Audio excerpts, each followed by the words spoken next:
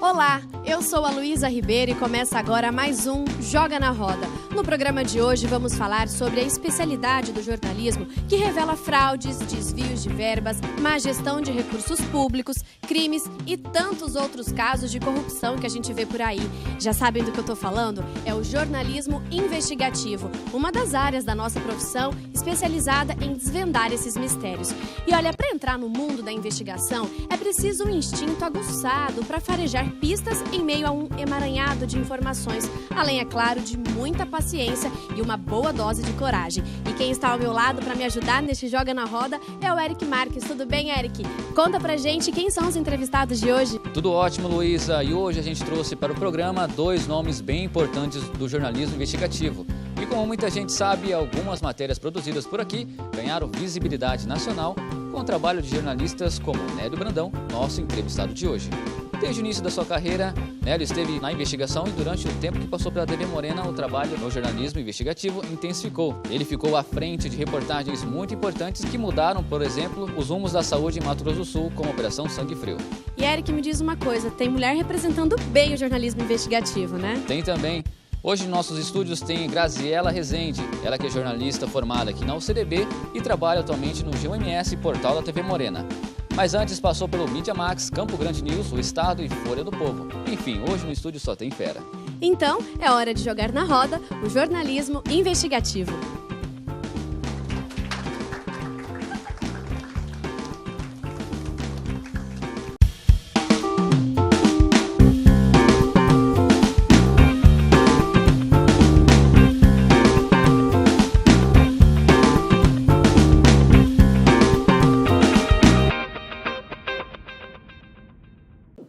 Bom, não tem como a gente começar o Joga na Roda sem perguntar como que vocês dois vieram para o jornalismo investigativo. Então, Grazi e Nélio, o que motivou vocês a entrarem nessa área?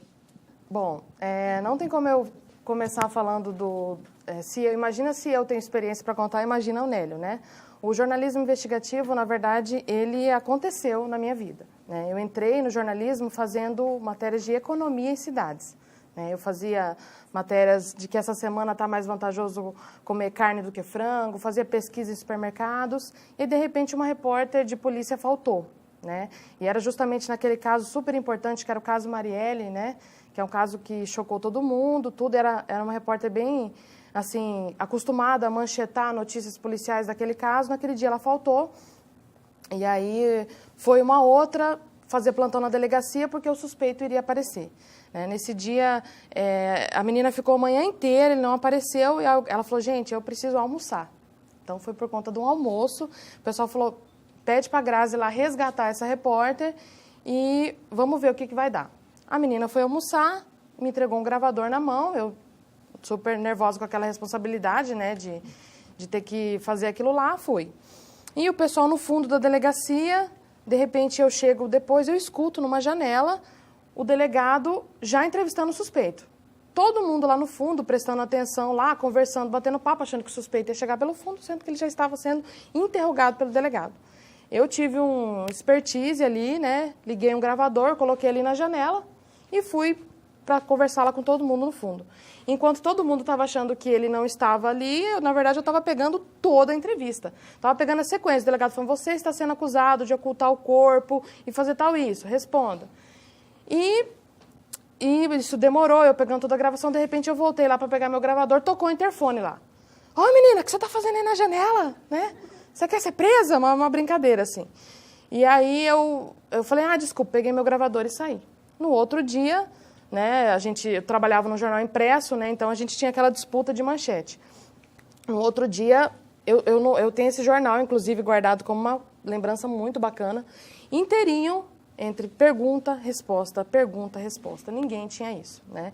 Então, foi assim um dia que o pessoal falou, opa, peraí, vamos colocar essa menina para começar a fazer essas questões de investigação, de jornalismo policial. E, a partir daí, nunca mais eu saí disso. Essa é a minha história. Bem, eu comecei minha carreira em 87, eu acho que muitos de vocês nem tinham nascido ainda. Só que eu comecei no impresso, né?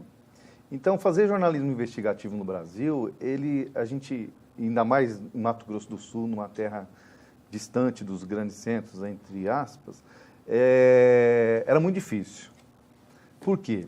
Governo sempre opressor, nós estávamos saindo de uma ditadura, em 85 houve a liberdade dos partidos e tudo mais.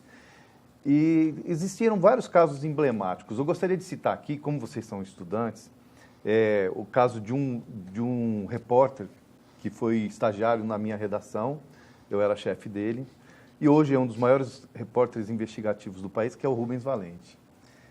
Então, nessa época, a gente formava uma dobradinha. Eu era chefe dele e ele era meu repórter.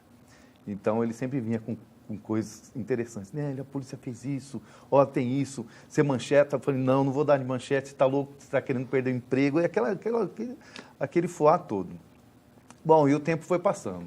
E o jornalismo investigativo no Brasil, e até sugiro que vocês leiam um manual, estava falando há pouco aí com os professores, da Unesco, que fala sobre jornalismo investigativo. Ele é bem didático, ele destrincha o que é jornalismo investigativo do que é o jornalismo tradicional.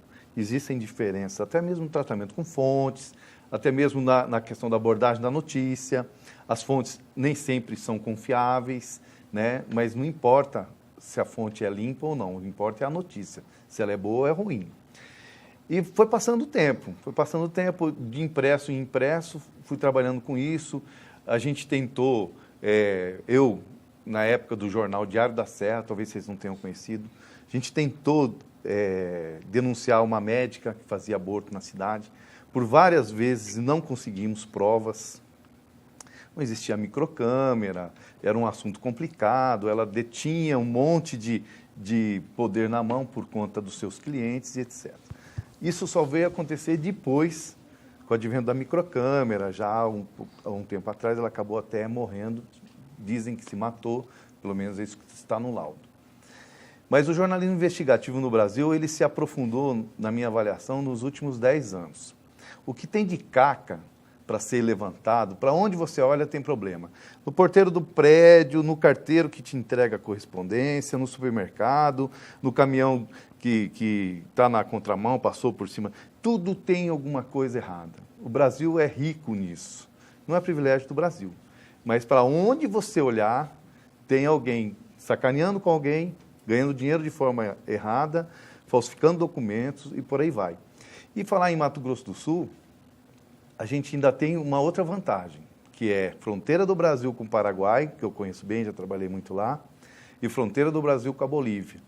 Já estive lá também algumas vezes, até dentro da Bolívia. Quer dizer, isso proporciona o jornalismo investigativo, mas você está falando só de crime.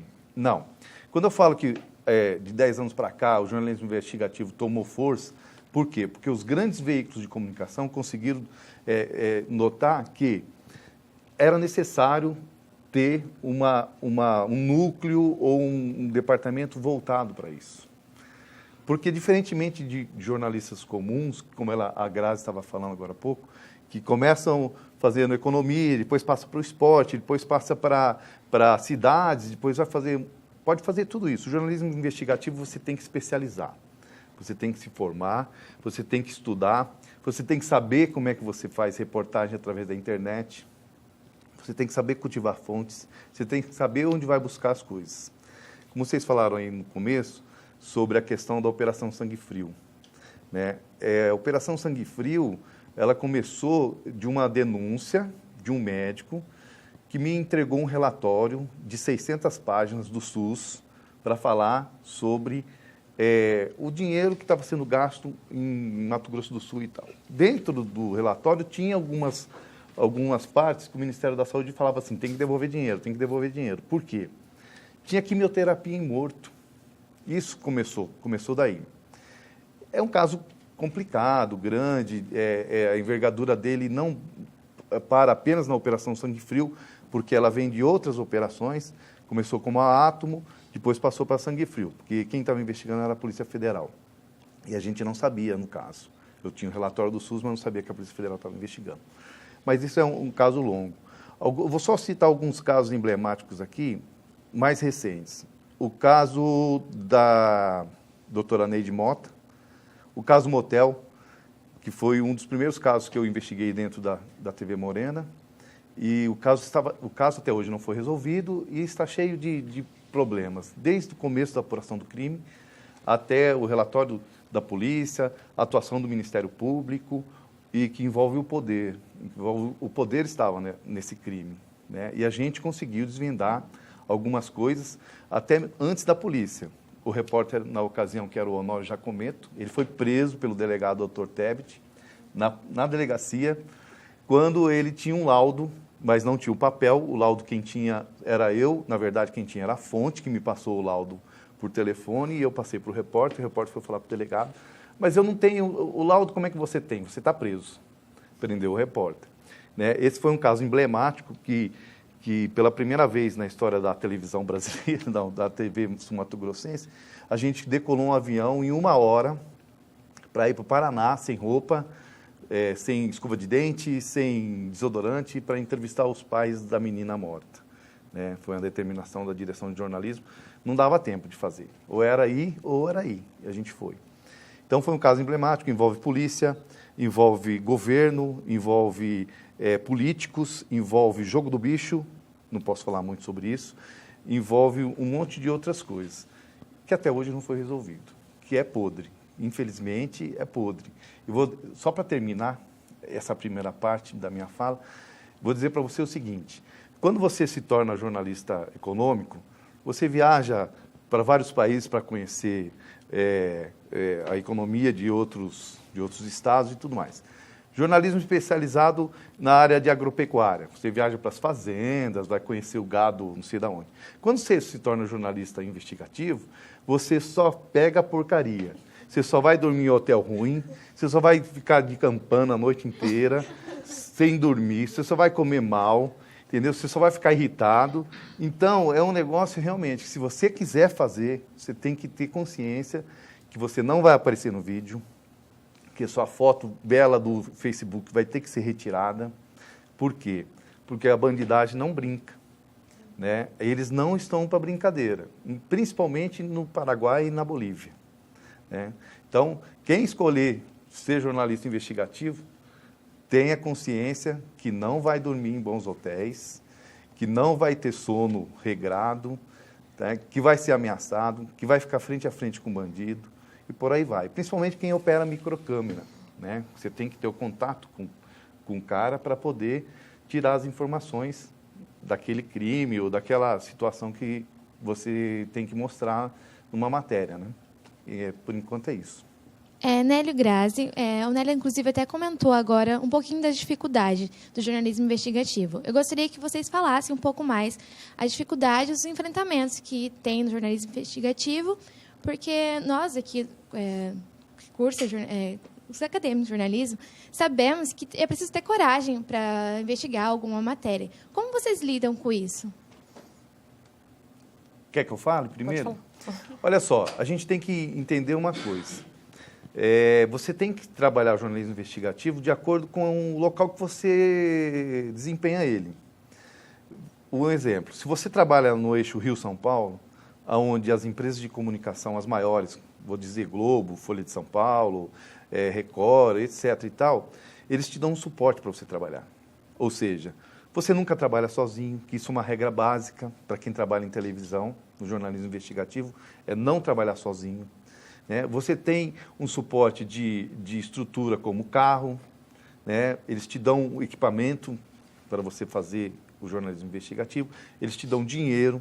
Por quê? Você precisa, às vezes, estar seguindo alguém ou estar indo atrás de alguém, isso estou falando na área policial, tá?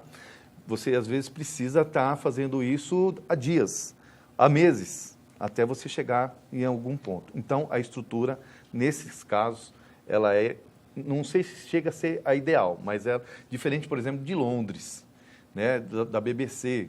Se vocês tiverem curiosidade, jornalistas investigativos em Londres, eles chegam a fazer curso de enfermagem para entrar no asilo, para ver como é que os velhinhos estão sendo tratados. Tem jornalista que chegou a fazer curso de polícia para ingressar na polícia e conseguiu ingressar para denunciar o racismo dentro da polícia de Londres. Foi descoberto, né? Mas mudou a atitude da polícia depois disso. Bem, no Brasil nós estamos atrasados com relação a isso. Na América Latina em geral.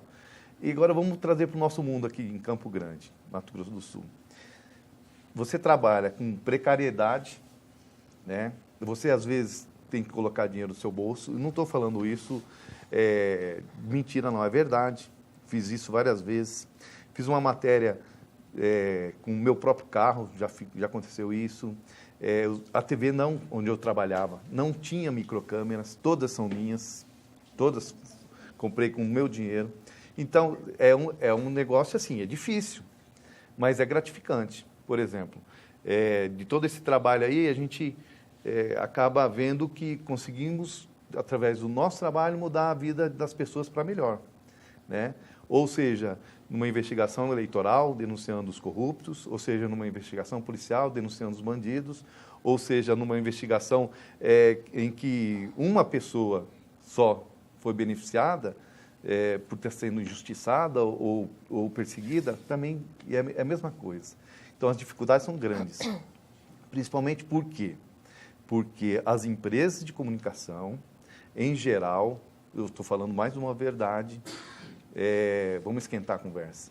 As empresas de comunicação, em geral, têm no governo como o seu maior anunciante. Isso é no Brasil. E todas elas acabam, no final das contas, tendo o rabo preso ou assim, nossa, como é que eu vou investigar algo que a gente aqui está sujo também, né? Levei vários nãos do chefe. Chefe, tem um negócio bacana assim, está comprovado. Não, agora não é hora de fazer isso, nós vamos destinar para outra coisa. Por quê? Depois de um tempo, eu fui entender que a empresa que eu trabalhava, ou o veículo que eu trabalhava, estava envolvido, de alguma forma, direto ou indiretamente nisso. É mais uma outra dificuldade. Fazer jornalismo investigativo no Brasil por conta própria não existe. Não existe. Os bandidos têm medo da instituição. Eles não têm medo do jornalista, entendeu? Vou citar alguns grandes caras, por exemplo, o Tim Lopes, que virou esse ícone, por quê? Foi descoberto dentro de uma investigação onde ele ia denunciar baile funk com menores e tal, foi morto, né? Eduardo Faustini, que é um cara que denuncia um monte de gente, anda com segurança, anda com carro blindado, né? O Robson Serântula, posso falar que é meu amigo pessoal hoje, foi o cara que denunciou o Maluf, denunciou o Skin Cariol, denunciou o Lau Quinchon em São Paulo, que era o cara que tinha a maior rede de contrabando no Brasil. Denunciou um monte de gente, né? Hoje, o que acontece com o Robson? Anda com motorista de segurança, certo? Para esses caras desaparecerem, não custa nada. Agora, ninguém vai lá matar a Globo. Ninguém vai lá matar a Record, né? Por quê? Porque eles têm medo da instituição. Eles não têm medo do jornalista. Claro, eles temem pela questão da denúncia, mas a dificuldade de trabalhar nessa área é muito grande. Só que eu vou falar para você, é muito gratificante também. Não tem outro preço. Você vê uma matéria sua sendo publicada nacionalmente, ganhar um prêmio por conta disso, porque quem ganha prêmio, jornalista investigativo não ganha nada, é muito difícil. Quando ganha, assim, não é nem dele, né? É o repórter que aparece lá, que é o bonitão, que apareceu, e o produtor, que vai na linha de frente. Às vezes é lembrado com o nome na placa lá, mas tem que colocar o nome desse cara aqui, mas é o repórter que leva a glória, no final das contas. Que é uma injustiça. Mas, assim, o mundo não é perfeito, né? Não é feito só de coisas justas. Não é verdade, Grazi? Fala aí sua dificuldade, além de ser mulher, né? Bom, ele explanou assim mais no caso de televisão, né? Eu, no caso do site, eu vou citar duas matérias investigativas que fizeram diferença na vida das pessoas e não na minha, né? Na verdade, como ele está dizendo. A não ser o reconhecimento como profissional, né? Uma vez eu fui chamada por um agente penitenciário que ele queria denunciar pagamento de propina para o diretor de um presídio. Eu não vou explanar, né, aqui nomes nem nada, mas que o diretor estava recebendo propina para que os presos pudessem ter uma cantina à parte da comida que eles comiam, né? E ali naquela cantina o arroz era vendido a 5 vezes mais caro do que se compraria numa cantina normal. Eles tinham picanha, eles tinham direito a tudo aquilo ali do bom e do melhor, mas a não ser pagando para um preso, que seria o traficante ali do local. E quando ele me falou isso, foi um choque, né? Eu falei, meu Deus, como eu vou trabalhar isso, né? E aí eu passei a ouvir mãe de presidiários que pagavam essa propina para que eles pudessem comer essas coisas melhores. Eu passei a ouvir agentes penitenciários que estavam cansados de ver aquilo ali. Passei a ouvir várias pessoas, né, no assunto e fui buscar provas, né, buscar fotos, buscar vídeos, buscar fotos dessa cantina. Eu passei 3 meses trabalhando nisso aí, né, investigando por conta própria e tal. Quando eu terminei a matéria, essa questão do rabo preso, do veículo pesou, né, porque você mexia com o governo, mexia com gente grande. Então, do que eu terminei o trabalho para poder liberar, isso ouvindo várias pessoas envolvidas, se passaram 3 meses. No dia que soltou a matéria, no outro dia a promotora estava fazendo uma vistoria no presídio. No outro dia, o diretor foi exonerado. Então, você pensa na responsabilidade. O diretor do presídio foi exonerado, a promotora estava fazendo uma vistoria e toda aquela comida que eles recebiam e não comiam, ela estava podre ali, tinha ratos, tinha tudo. Tem várias matérias dessa sequência, fazendo uma vistoria no presídio, recolhendo toda essa comida. E aí foi no outro dia que eu falei, nossa, olha a responsabilidade, né? E aí no outro dia o advogado de alguns presos foram parar no veículo que eu trabalhava, tal, até brincaram comigo, olha, muda o caminho da sua casa, porque essa semana vai pegar para você, né? Então, a gente realmente trabalha mesmo com muita responsabilidade por conta própria. E uma outra vez foi que um delegado entrou em contato comigo pedindo ajuda, ver se eu podia, de alguma maneira, ajudar eles a pegarem o estelionatário do shopping. Eu não sei se vocês lembram desse caso, né? Um cara que ele pegava táxi, entrava no shopping e falava, só um minutinho que eu vou ali sacar seu dinheiro e já volto.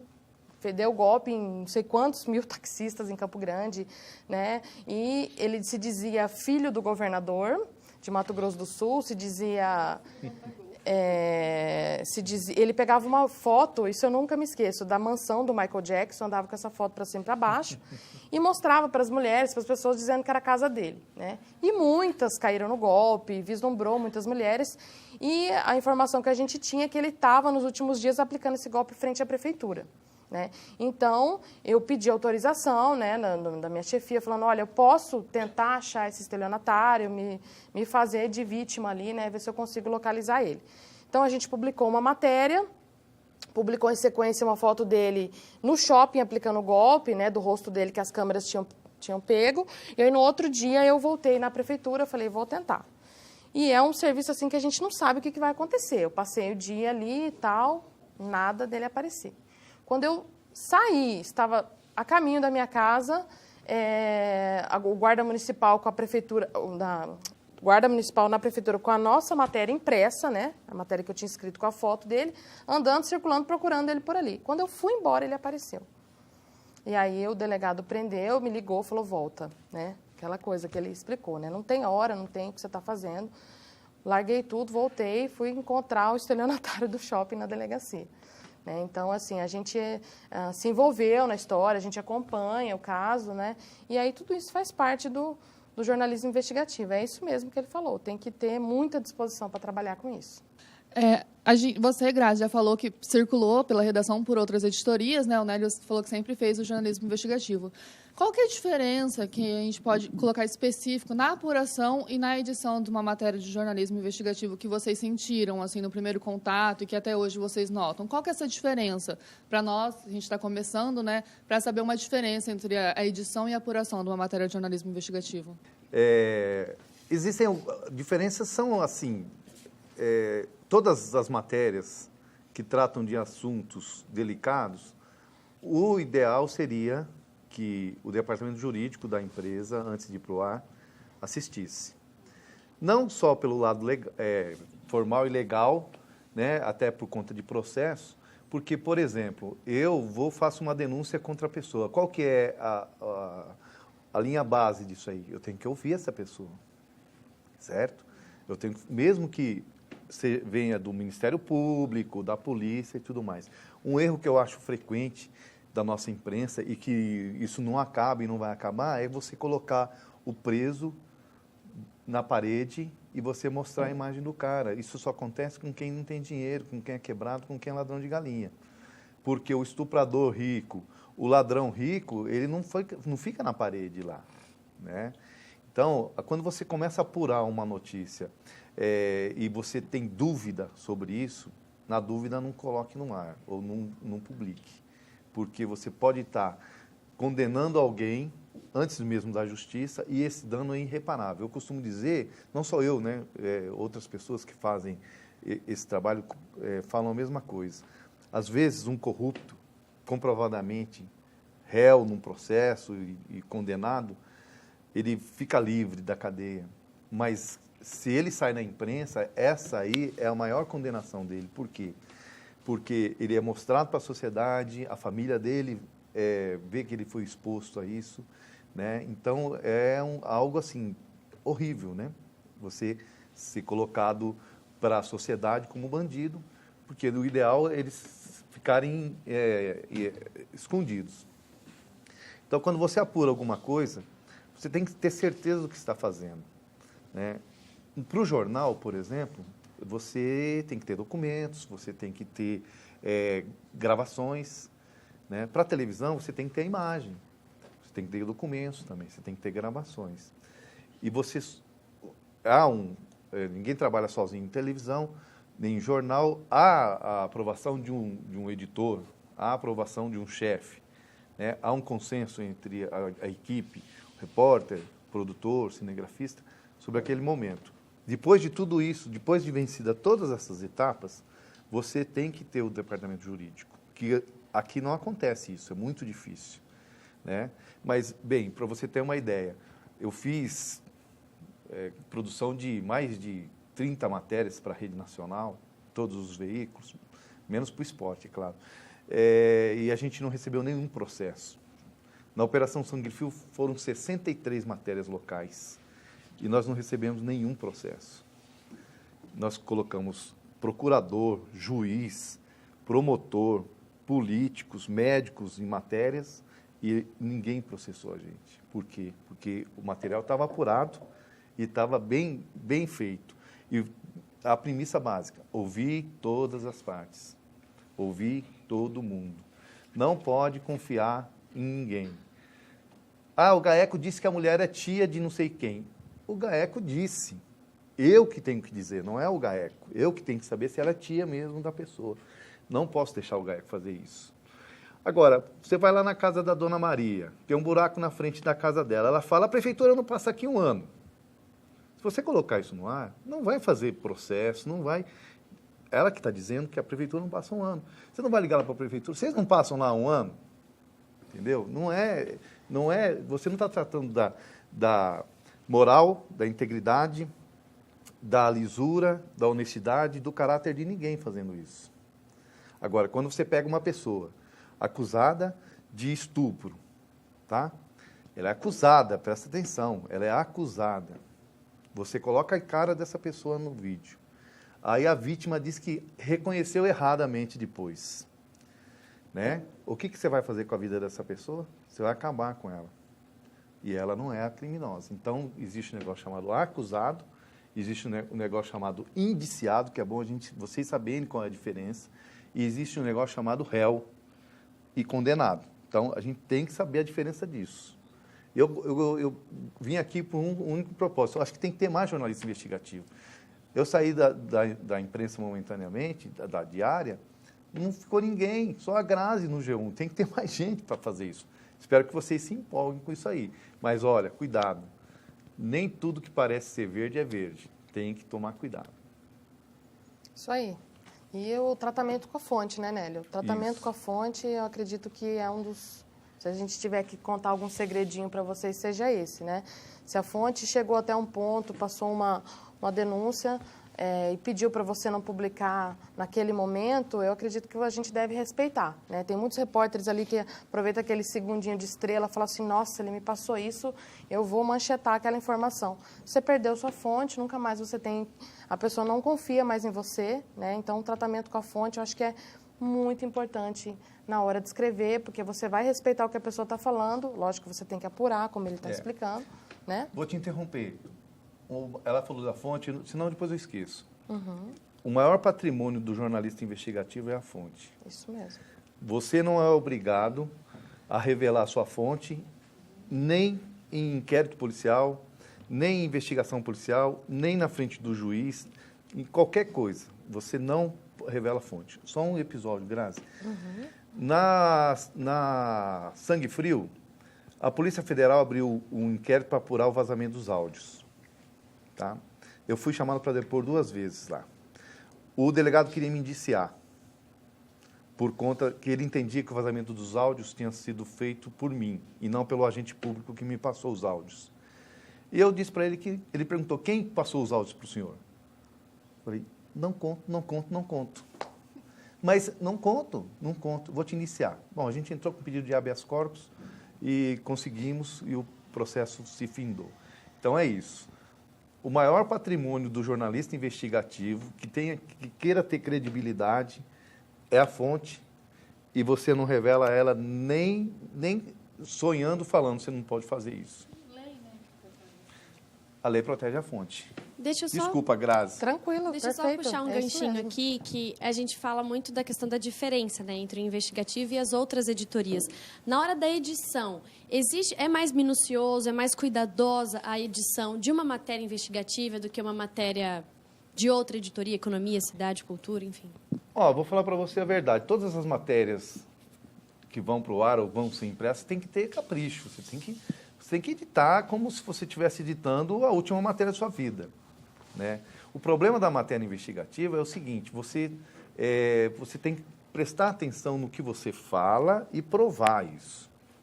Tá? Se você fala, de acordo com o documento tal, na folha tal, assim, você tem que ter o documento tal, na folha tal, naquele lugar, senão sua matéria perde crédito na hora que vai para o ar, ou para o jornal. Não, mas ela mostrou outro documento.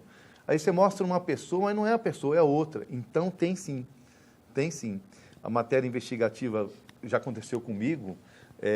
Vou te dar um exemplo do Fantástico, por exemplo. A gente fez a matéria e editou aqui. Tá? Mandamos para São Paulo. São Paulo reeditou a matéria. Mandou de volta. A gente assistiu a matéria, tinha problema. Porque, às vezes, o cara fala assim, um hospital regional. E ele coloca a foto da Santa Casa, a imagem da Santa Casa lá em São Paulo. Ele não sabe o que é regional, o que é Santa Casa. Ele viu um hospital lá, colocou da Santa Casa. Mandamos de volta, trocou do hospital. Bom, a matéria está redonda? Está redonda. Aí São Paulo, para você ter uma ideia, manda a matéria para o Rio, o Rio assiste. Quem que assiste lá? O staff do Fantástico assiste todas as matérias investigativas. Matérias comuns, não. Mas investigativa, o staff assiste, ok, podemos colocar no ar. Ok, podemos colocar no ar. É isso.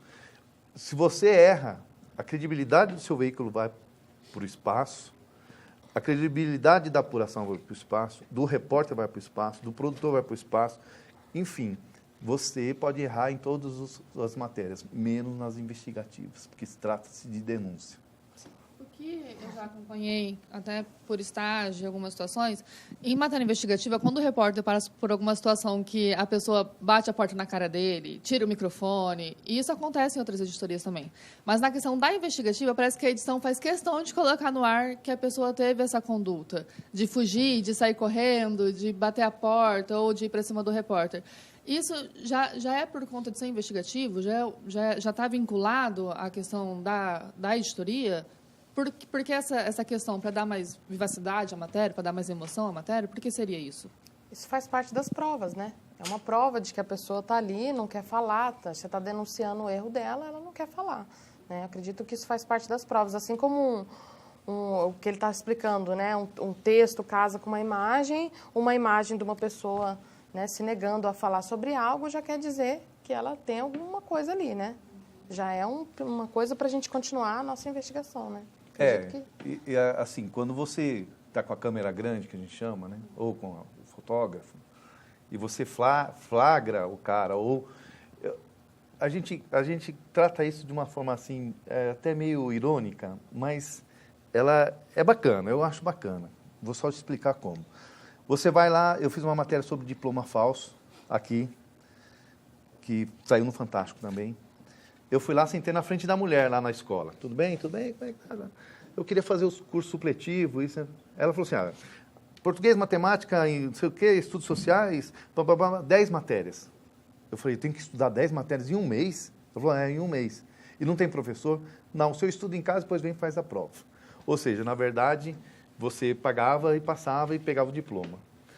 Ela não sabia que estava sendo gravada. né? Aí a gente chegou com a câmera grande. A senhora falou que tem que ser 10. Eu não falei nada disso. Está gravado na microcâmera. E quando já há a suspeita de problema, o cara não deixa entrar, fecha a porta da escola. Ou se a gente entra, o cara manda sair. Ou se a gente está com a câmera ligada, os caras tentam parar com a gravação dessa forma. Ou seja, isso, na verdade, é assinar que existe uma mercadoria naquele local. Ou seja, a microcâmera vai provar que a pessoa falou aquilo, né? E a câmera grande vai mostrar que a pessoa não quer, mas nem comentar o que falou na microcâmera. Por quê? Porque foi pego o batom na cueca. É isso, não tem para onde correr. Então, existem uns mais violentos, né? Acho que no impresso é pouco isso, porque o impresso você não tem um embate físico com o entrevistado, né? Você pode entrevistar o bandido por telefone. Bom, o papo está muito bom, mas daqui a pouco o Joga na Roda está de volta. Vamos para o rápido intervalo.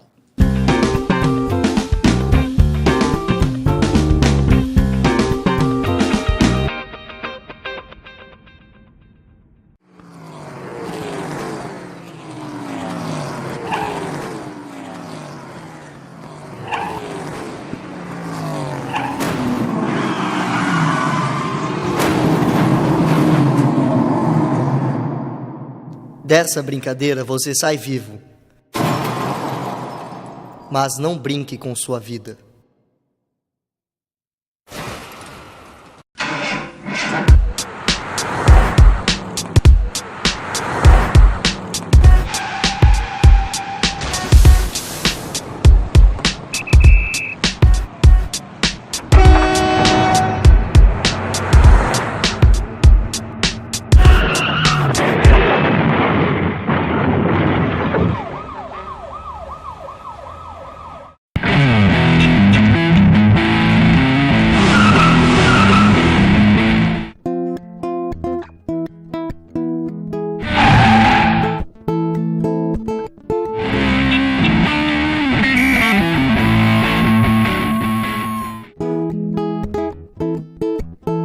Educação no trânsito vale a pena. Sinalize essa ideia. Dona Ofélia fazia 3 pudins por dia, usava 3 latas de leite condensado. Ela gostava de pudins. Toda noite guardava os 3 pudins na geladeira e deixava as latas no quintal. Era um vício de Dona Ofélia. Ela só comia pudins quando chovia, porque aí seus ossos doíam. Enquanto comia, as latas no quintal se enchiam d'água. Ela sabia que a água limpa e parada fazem um mosquito da dengue se procriar. Mas ela estava sempre muito ocupada, comendo ou fazendo pudins. Certo dia, Dona Ofélia morreu. Era dengue. Você pode não gostar de pudins, mas fica o aviso, a dengue pode matar.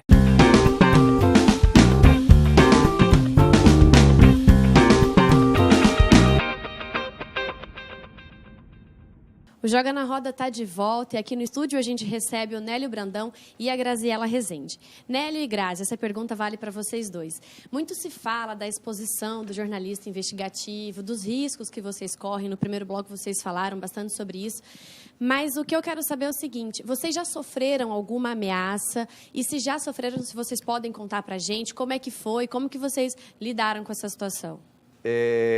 Quando o jornalista, por natureza, tem que ser impertinente. Se ele for um jornalista que aceita tudo do jeito que vem, ele não vai ser um jornalista. O jornalista tem a obrigação de perguntar. O jornalista tem a obrigação de questionar. E tem que ser de forma clara e coesa e dura. Você não vai fazer pergunta para bandido. Como é que tá? Você acordou bem hoje? Você pode falar comigo? Não, você tem que ser direto e tem que fazer a pergunta na lata. Vou contar só, eu fui ameaçado no caso motel. Não diretamente. Um domingo, eu não me lembro a data, a gente estava no auge do caso motel, inclusive publicando coisas de erros da polícia, de provas serem jogadas no lixo, de mentira da polícia para a imprensa, que a gente descobriu isso aí. Tocou o telefone na redação da TV Morena, onde eu trabalhava, e a pessoa disse o seguinte, nós vamos... fala para o seu Nélio e para o seu Honório tomarem cuidado, que nós vamos dar uma resposta para eles. Ou então o diretor, a gente entendeu isso como uma ameaça. Então o diretor de jornalismo na época, o Orlando Loureiro, que retornou agora, eu estava em casa, ele me ligou, falou, quero você fora da sua casa agora, você vai para o Hotel Jandaia, já está reservado um quarto para você, assim, assim, assim. Você e o Honório. Eu falei, eu não vou sair da minha casa. Vai sair da sua casa. Eu falei, não vou. Eu não vou sair da minha casa. Eu falei, chefe, você acha que alguém que queira me matar ou dar um tiro em mim vai ligar para a TV para avisar? Já teria feito isso, né? Não é a melhor maneira de pensar, mas eu achei que era uma invasão muito grande, eu ter que sair da minha casa, uma invasão da minha vida, de ter que ir para algum lugar por conta de uma ameaça desse tipo. E era realmente uma forma de intimidar a reportagem, a cobertura. Tá vendo? Eu estou aqui, não deu certo a ameaça, né? Bom, outras coisas aconteceram, por exemplo, uma matéria que a gente fez em Umuarama, no Paraná. Era um aliciador de mulheres, que ele mantinha numa casa, e inclusive ele aceitava menores com carteira de identidade falsa. E eu fui conversar com o cara, porque eu precisava filmar o cara. É à noite na boate, microcâmera não vai funcionar. Enfim, a história é comprida e tal. Eu conseguimos fazer toda a matéria, etc e tal. Aí a matéria, antes de ir para o ar, a gente ligou. Nós ligamos para o cara. O cara falou assim, então, aquele lá, que estava aqui, é de vocês? Manda ele vir aqui, que eu quero dar entrevista para ele. Eu quero pegar esse cara. Falou isso para o repórter. Quer dizer, ameaça? Sei, mas falou. Matéria do Barão da Maconha, em Capitambado. Nós fomos lá, tentamos entrevistar ele, denunciamos que ele era o maior ladrão de carretas do país, de acordo com o Ministério Público. E já tínhamos voltado de Capitambado, já estava na redação, tocou o telefone. Era o cara, o Ministério Público estava gravando, era o cara, mas ele disse que era um emissário. E falou assim para mim, olha só, o Barão pode mandar te matar aqui, aonde você estiver aí, em São Paulo, no Rio de Janeiro. Não brinca com o Barão. Quer dizer, é uma ameaça. Foi registrada no Ministério Público isso aí. Né? E tantas outras matérias corriqueiras, assim, o cara falar, né? Você vai publicar isso? Cuidado. Cuidado. Você vai ver se você publicar isso. Então, são ameaças, né? Agora, até hoje, graças a Deus, nenhuma delas se concretizaram.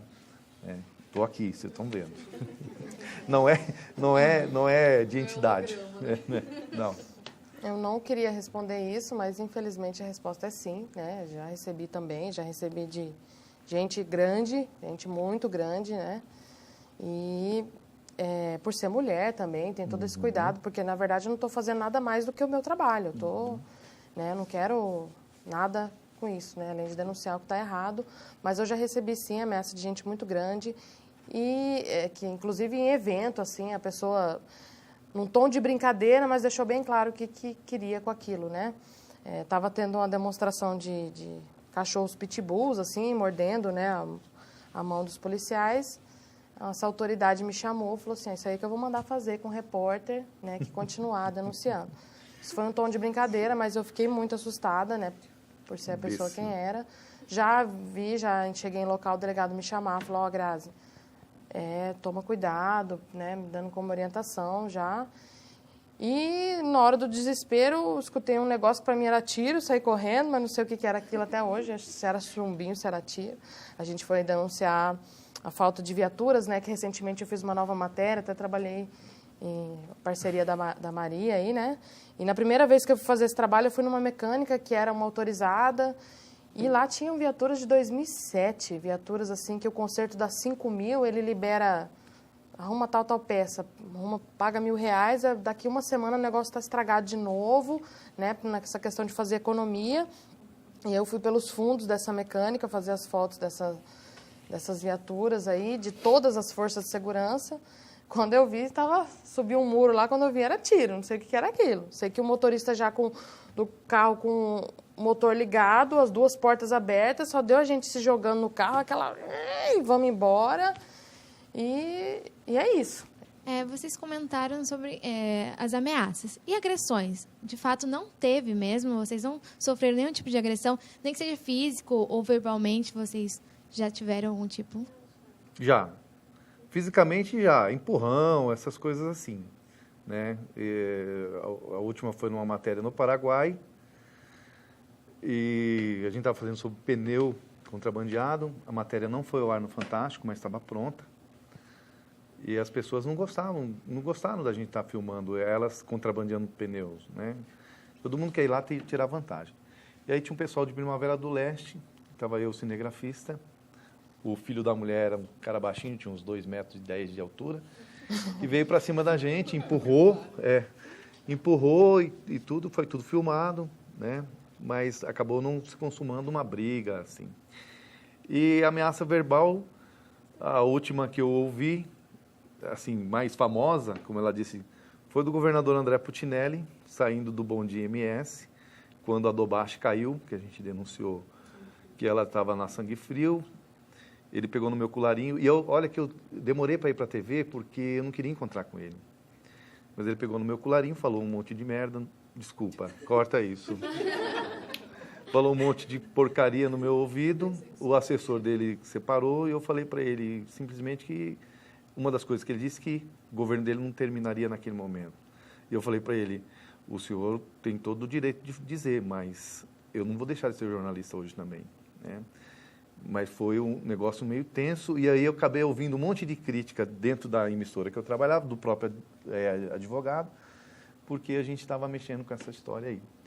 Mas, assim, briga, de fato, eu escapei quando a equipe foi, eu fiquei, aí saiu briga do cinegrafista com um cara que estava queimando coisa no mato, bateram no repórter, saiu gente correndo, e naquele dia eu tinha ficado. Azar do cara. Eu já ouvi também, mas eu prefiro não explanar muito pelo assunto. Mais uma vez, por ser mulher, né, a gente tem todo esse cuidado, eu prefiro não falar muito sobre isso, mas já ouvi sim. Já fui empurrão para conseguir a melhor imagem para a matéria, já aconteceu também. Deixa eu falar uma coisa, a Grazi é heroína. Eu não conheço na imprensa nacional ninguém que faça jornalismo investigativo com bandido que seja mulher. Todos os jornalistas de todas as emissoras, Grisotti no Rio Grande do Sul, Robson Seranto em São Paulo, Faustine Tíndaro Menezes no Rio, eu aqui em Mato Grosso do Sul, tinha um menino lá em Mato Grosso, Jonathan, só homem trabalhando nessa área. Não há mulher. O embate é muito duro, né? Principalmente quando você tem que ficar cara a cara com o bandido. Aí é muito complicado para a mulher fazer. Vocês acham que as agressões são fruto do incômodo que vocês geram nas autoridades e governos, enfim, que vocês denunciam? Com certeza. Sem dúvida. Olha só, quando você denuncia um corrupto, um político, nós estamos falando muito de jornalismo investigativo do lado policial e tal, né? Porque também existem matérias investigativas sobre merenda apodrecendo, etc. Matérias boas, né? Então, o que acontece? Quando você denuncia um político, um corrupto, um agente público, qual a primeira coisa que ele faz? Vou te processar. É uma forma que o cara tem de tentar se defender, dizer que ele, naquele momento, está sendo vítima da imprensa. Quando você está de frente a frente com um bandido desqualificado, um traficante, um contrabandista, um aliciador, é agressão física. Por quê? Ele acha que fazendo isso a gente vai parar, né? Mas isso é um combustível para a gente continuar, porque mostra que a gente está no caminho certo. Que o cara está fazendo isso porque tem coisa escondida, entendeu?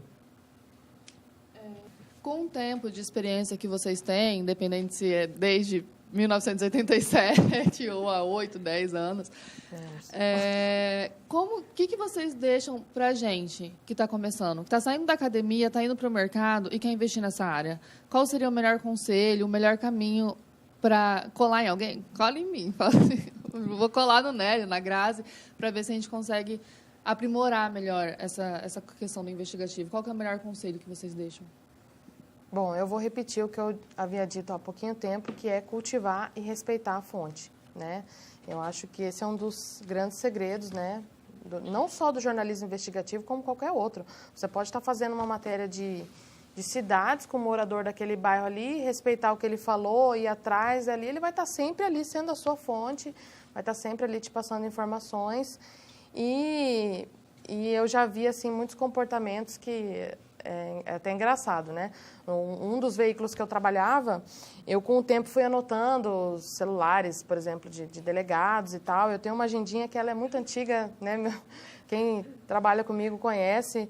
Na parte de D não cabe mais, né? São de delegado já não cabe mais. Eu já estou tendo que virar aquela folha ali. Já vi pessoas tentando pegar essa agenda, já encontrei o pessoal tirando xerox disso aí, como se isso fosse resultar em alguma coisa. Não é só ter o telefone ali da sua fonte, não é só saber de cor, é cultivar essa fonte, né? Escrever de acordo com o que lhe foi falado e o que você apurou, né? Nada além disso, para que também isso não possa te prejudicar e você não vai ter prova, né? Como ele já ressaltou aqui várias vezes. É isso.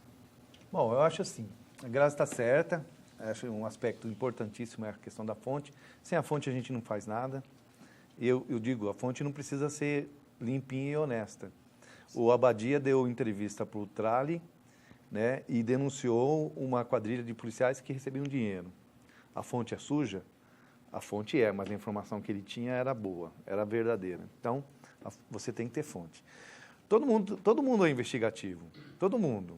Quando você quer achar alguma coisa na sua casa, pergunta para sua mãe, não sei onde está. Vocês serão jornalistas, ou já são, né? Muitos já trabalham em redação. Vocês são investigativos. O que vocês têm que fazer, se vocês quiserem ir para essa área, é aprimorar. Você tem que fazer curso. Acho uma coisa legal, por exemplo, que a TV me proporcionou, foi ir para o Congresso da Abrage, fazer cursos lá. Eu fiz um curso muito importante, e dá para fazer pela internet, e é de graça. A Abrage fornece, se vocês quiserem fazer, que é o RAC, que é reportagem com auxílio do computador. Tem a normal e tem a avançada. Você descobrir CPF, você ir atrás de documentos dentro da escala pública. Hoje tem um monte de sites aí que dão isso, Transparência Brasil, tem o Contas Abertas, tem um monte de site, né? E a terceira coisa é nunca desistir. Quando você acha que não tem nada, é que aparece. Quando você fica... Eu fiquei 6 horas na frente do GAECO, esperando uma história que saiu na TV. Eu já estava indo embora, apareceu. Então, nunca desistir. Jornalismo investigativo, ele não é absoluto. A gente erra muito na rua, a gente falha, a gente desanima quando não acontece o que a gente quer, porque você está ali para pegar. Não pegou, amanhã é outro dia. Como diz o Robson Seranto, é uma pescaria, né? Então, eu vi essa história num filme que está... Não vou nem fazer propaganda de canal, mas está na internet, que o polícia fala assim, o bandido tem que ter sorte todo dia, eu, um dia só. Então, o jornalista investigativo é a mesma coisa. Você tendo sorte um dia só, se resolve tudo.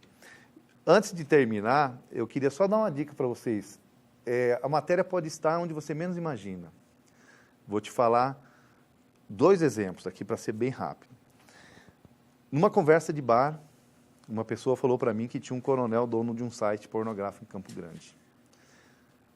Nós fizemos a produção, eu usei uma mulher para fazer a conversa com o cara, nós conseguimos denunciar o coronel, ele foi processado, perdeu o site, etc. e tal. Quer dizer, numa conversa de bar. A matéria dos aliciadores de menores, a gente conseguiu aonde? Eu, lendo o classificado do jornal, desconfiei de um anúncio de Umuarama, no Paraná, contratando mulher em Campo Grande. Falei, tem alguma coisa errada nisso. Por que ele não contrata lá? Um telefonema desvendou a história, que virou fantástico. Quer dizer, do classificado do jornal. Então, quanto você menos espera, eu acho que os professores, os chefes de vocês falam, fica olhando pela janela do ônibus, do carro, vocês vão ver pauta, vão ver pauta, vão ver pauta. A imaginação para a pauta não termina nunca. A Grazi e a mulher têm um olhar diferenciado, né? A gente que é homem já tem um olhar mais bruto para as coisas. Mas você tem jornalismo investigativo em tudo quanto é lugar. Só não pode investigar o CDB, tá? Nélio e Grazi, muito obrigada pela presença de vocês hoje. A gente queria um pouquinho mais de tempo até para poder conversar, mas não tinha como. Eu tenho certeza que essa conversa acrescentou muita coisa para o nosso conhecimento e tomara que tenha despertado o bichinho do investigativo em muita gente aqui. Obrigada, viu? Esse foi mais um Joga na Roda. Muito obrigado pela sua companhia e até a próxima.